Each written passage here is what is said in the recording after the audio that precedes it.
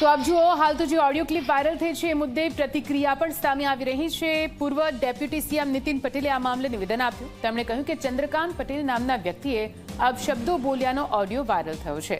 ટેકનોલોજીનો દુરુપયોગ કરી બદનામ કરવા માટે આ કૃત્યને વખોડ્યું છે. ગઈકાલે એક 5 વર્ષ જૂનો ઓડિયો મળ્યો હોવાનું નીતિન પટેલે કહ્યું. ઓડિયોમાં ભાજપ ઉમેદવારને હરાવવાની વાતનો ઉલ્લેખ છે. ચંદ્રકાંત પટેલને મેં ભૂતકાળના વ્યવસાય મુદ્દે મદદ કરી હતી તેવું પણ તેમણે કહ્યું. વધુમાં તેમણે કહ્યું છે કે પુરાવાને પ્રદેશ મહામંત્રી, જિલ્લા પ્રભારી સહિતના મોવડી મંડળને સોંપ્યા છે.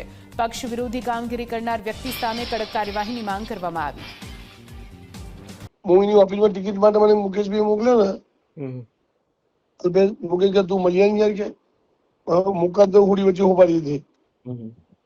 ભાઈ બંધ મારો તો પણ બીજું એને બીજા આપણે ખબર હતી ધારાસભ્યો એટલે મર્યાદા ના હોય. તો હું તો ગયો ઓફિસમાં. હું મનિયો બે મનિયો ખબર કોણ મનિયો? મનુ શહેર પ્રમુખ મનિયો. મનીષ અમે બે જણ ગયા ત્યાં મનિયા તો કાળો થઈને ગાડી મૂકી દીધી.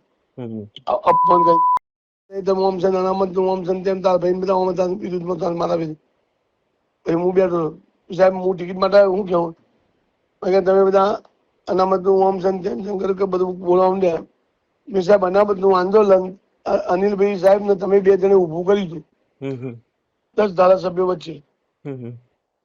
એવું બોલ્યું કે તમે જૂઠું બોલો. મેં સાહેબ આ તમારા ફોટા થયા ને મારા મોબાઈલમાં ફોટા. હું પોતે અંદર બધા પટેલ પાટીદાર સમાજ ગણપતમાં બોલાયા હતા. પહેલી મિટિંગ ચોકડી હતી અને મોઢા ચોકડી થી હનુમાન મંદિર થી રેલી કાઢી હતી પહેલી લાલજી બધા.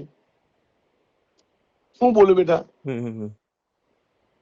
મેં અનામત આંદોલન ઉભું કરનાર તમે સૌકારી કરવા નીકળ્યા હો.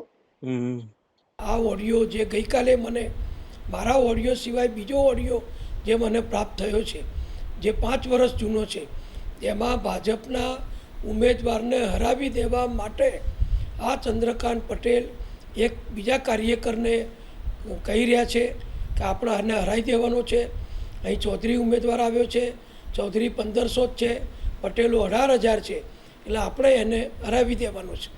આવો ઓડિયો એ મેં જે મને મળ્યો હતો એ સ્વાભાવિક છે કે મારી ફરજ છે કે મારે આ વિશે મારા સંગઠનના નેતૃત્વને જાણકારી આપવી પડે.